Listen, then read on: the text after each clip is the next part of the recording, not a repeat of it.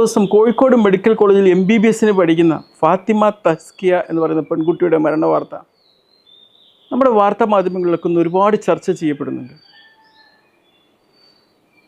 തനിക്കൊരു വ്യക്തമായിട്ടുള്ള ലക്ഷ്യമുണ്ടാക്കിയിട്ട് ആ ലക്ഷ്യത്തിലേക്ക് ഒരുപാട് പരാജയങ്ങൾ അഭിമുഖീകരിക്കേണ്ടി വന്നിട്ടും അതിനൊക്കെ മറികടന്നുകൊണ്ട് ആ ലക്ഷ്യം പൂർത്തീകരിക്കുകയും ആ ലക്ഷ്യത്തിന് മൂല്യാധിഷ്ഠിതമായിട്ടുള്ള ഒരു റൂട്ട്, ആ റൂട്ടിൽ നിന്ന് മൂല്യാധിഷ്ഠിതമായിട്ടുള്ള ഒരു ലക്ഷ്യം നിർണ്ണയിച്ച് അതിലേക്ക് ചലിച്ചുകൊണ്ടിരിക്കുമ്പോൾ അത് എത്തിപ്പിടിച്ച് പൂർത്തീകരിക്കുന്നതിന് മുമ്പ് നമ്മളിൽ നിന്ന് യാത്ര ചെയ്യാൻ സഹോദരി നമ്മെ പഠിപ്പിക്കുന്ന ഒരുപാട് പാഠങ്ങളുണ്ട്.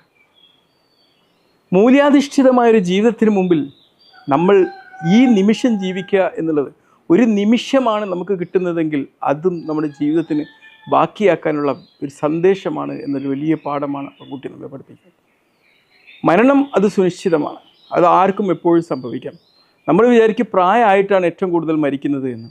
ഒരുപക്ഷെ തെറ്റായ ഒരു വ്യാഖ്യാനമാണ്. നമ്മളൊന്ന് ആലോചിച്ച് നോക്ക്, ഓരോ ബീജത്തിനും ഓരോ അണ്ടത്തിനും ഒരു വ്യക്തിയാവാനുള്ള ഒരു പോസിബിലിറ്റി അവിടെ ഉണ്ടെങ്കിൽ മനുഷ്യൻ പിറക്കുന്നതിന് മുമ്പേ മരിച്ചു പോകുന്ന മനുഷ്യന്മാരുടെ എണ്ണം എന്ന് പറഞ്ഞു കഴിഞ്ഞാൽ അതൊരു ഇൻഫിനിറ്റ് ആണെന്ന് വേണേൽ പറയാം. എന്നാൽ ജനിച്ചതിന് ശേഷം മരിച്ചു പോകുന്ന മനുഷ്യന്മാരുടെ എണ്ണം അത് വളരെ പരിമിതവുമാണ്.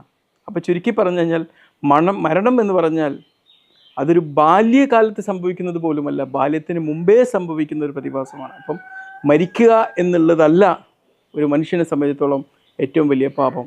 മരണം വരെ ജീവിക്കാൻ ലഭിക്കുന്ന ഈ വലിയൊരു അവസരത്തെ മൂല്യാധിഷ്ഠിതമായ ഒരു പ്രിൻസിപ്പിൾ ഓറിയൻറ്റഡ് ആയിട്ട് ജീവിക്കുക എന്നുള്ളതാണ്. ആ പെൺകുട്ടി എവിടെയോ ചെയ്തൊരു പ്രഭാഷണം എൻ്റെ ശ്രദ്ധയിലേക്ക് വരികയുണ്ടായി.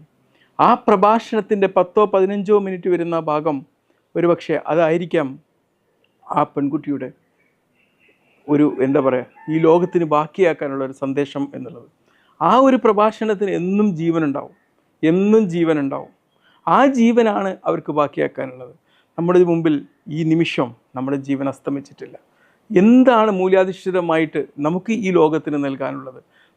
എന്തൊരു മൂല്യാധിഷ്ഠിതമായ ജീവിതമാണ് നമുക്ക് കാഴ്ചവെക്കാനുള്ളത് എന്നാണ് നമ്മൾ ചിന്തിക്കേണ്ടത്. മരണം നമുക്ക് കൂടെയുണ്ട്. അതിപ്പം വേണേൽ സംഭവിക്കാം, അടുത്ത നിമിഷം വേണേൽ സംഭവിക്കാം. കഴിഞ്ഞ ദിവസമൊക്കെ വല്ലാത്തൊരു ആക്സിഡൻറ്റ് അത്ഭുതകരമായ രീതിയിലാണ് നമ്മളൊക്കെ രക്ഷപ്പെട്ടു പോകുന്നത്. തീർച്ചയായിട്ടും നമ്മുടെ ജീവൻ അത് അമൂല്യമാണ്. അതിനെ പൊന്നുപോലെ കാത്തു സൂക്ഷിക്കുക എന്നുള്ളത് നമ്മൾ ചെയ്യേണ്ട ഒരു ബാധ്യത തന്നെയാണെങ്കിലും മരണം എപ്പോഴും സംഭവിക്കാം. അത് നമ്മൾ ശ്രദ്ധിക്കണം. അത് വ്യക്തമായിട്ട് ഉറങ്ങി നമ്മൾ ഡ്രൈവ് ചെയ്യുന്ന സമയത്ത് ഫോൺ എടുക്കാതെ, അമിതമായിട്ടുള്ള ചിന്തകളുടെ ഭാരം ഇറക്കി വെക്കാതെ, അമിതമായിട്ടുള്ള ചിന്തകളുടെ ഭാരവും അതിൽ നിന്നുണ്ടാകുന്ന വികാരങ്ങളൊക്കെ ഇറക്കി വെച്ചുകൊണ്ട് സ്വസ്ഥമായിട്ടുള്ള യാത്രകളും സ്വസ്ഥമായിട്ടുള്ള ഡ്രൈവിങ്ങും എല്ലാം നമ്മൾ പരിശീലിക്കേണ്ടതോടൊപ്പം തന്നെ നാം ഈ ഒരു നിമിഷം നമ്മൾ എന്ത് കൊടുക്കണം. ആ പെൺകുട്ടി പ്രത്യേകിച്ച് എനിക്ക് മനസ്സിലാക്കാൻ പറ്റിയത് മിംസ് ഹോസ്പിറ്റലിൽ അവർ ട്രീറ്റ് എടുക്കുന്ന സമയത്ത് അവളുടെ ഉമ്മായുടെ ചികിത്സയ്ക്ക് വേണ്ടി നടക്കുന്ന സമയത്ത് അവരെ പരിശോധിച്ച ബീന എന്നാണ് തോന്നുന്നു ഡോക്ടർ. ആ ഡോക്ടർ ആണ് ഇവൾക്കിതിന് പ്രചോദനമാവുന്നത്. ആ ഡോക്ടർ ഉമ്മാക്ക് കൊടുത്ത പരിചരണമാണ് ആ പരിശോധിച്ച ഡോക്ടർ നൽകിയ ഒരു പ്രിൻസിപ്പിളാണത്. ആ പ്രിൻസിപ്പിൾ ഈ പെൺകുട്ടി പകർത്തുകയും എനിക്കിങ്ങനെ ഡോക്ടർ ആവണം എന്ന് പറയുകയുണ്ടായി. കാരണം ആ പെൺകുട്ടിക്ക് വേണ്ടി ഇവളുടെ ഉമ്മായെ പരിചരിച്ച ആ ഡോക്ടർക്ക് വേണ്ടി ഈ ഒരു പെൺകുട്ടി ഓരോ ദിവസത്തെയും പ്രാർത്ഥനയിൽ ഒരു സ്ഥാനം കൊടുക്കുകയാണുണ്ടായത്. ഒന്ന് ആലോചിച്ച് നോക്കണം.